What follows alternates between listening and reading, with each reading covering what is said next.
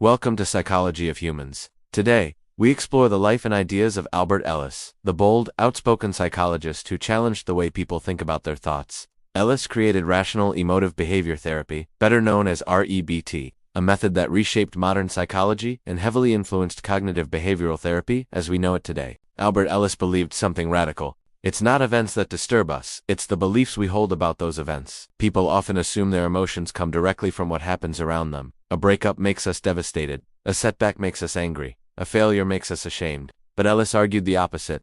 He said that between the event and the emotion sits a powerful filter. Our interpretation, our thoughts, our beliefs. He summarized this using the famous ABC model. A. Activating event, something happens. B. Beliefs, you interpret what happened. C. Consequences, your emotions and actions follow. Most people focus on A and C. Ellis taught people to focus on B, because B is what creates emotional suffering. If you change your beliefs, you change your emotional life. Ellis said that most unhealthy emotional reactions come from what he called irrational beliefs, thoughts that are unrealistic, rigid, or based on extreme demands. These include ideas like, I must succeed or I'm worthless.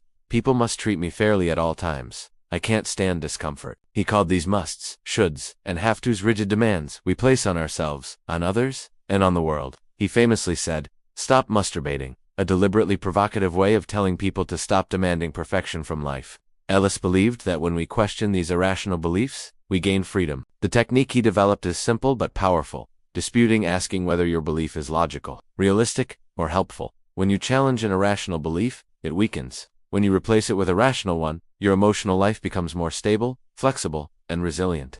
What made Ellis unique wasn't just his theory, it was his style. He was blunt. He was direct. He often used humor to break through people's defenses, and he believed deeply in human potential. He argued that while we may be wired for certain emotional reactions, we also have the ability to rethink, reframe, and reshape those reactions.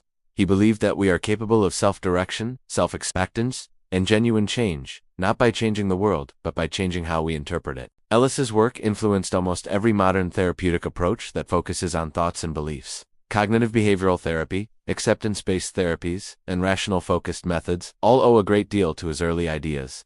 The core message of Albert Ellis is both empowering and challenging. Your thoughts matter, your beliefs matter, and with the right tools, you can change them. This doesn't mean ignoring emotions. It means understanding them. It means stepping back and asking, is this belief helping me, or is it hurting me? Is this thought realistic, or is it a demand for perfection? Ellis invites us to take responsibility for our inner world, not in a harsh way, but in a liberating one. Because the moment you realize that your emotional life isn't controlled by events, but by beliefs, you also realize that you have the power to reshape those beliefs. Ellis didn't promise a life without challenges. He promised a life where challenges don't control you, where emotions are not dictators, where you learn to respond instead of reacting. This is the legacy of Albert Ellis, a legacy of rational thinking, emotional resilience, and the belief that we can transform the way we experience life by transforming the way we think. Thanks for watching. Please like and subscribe.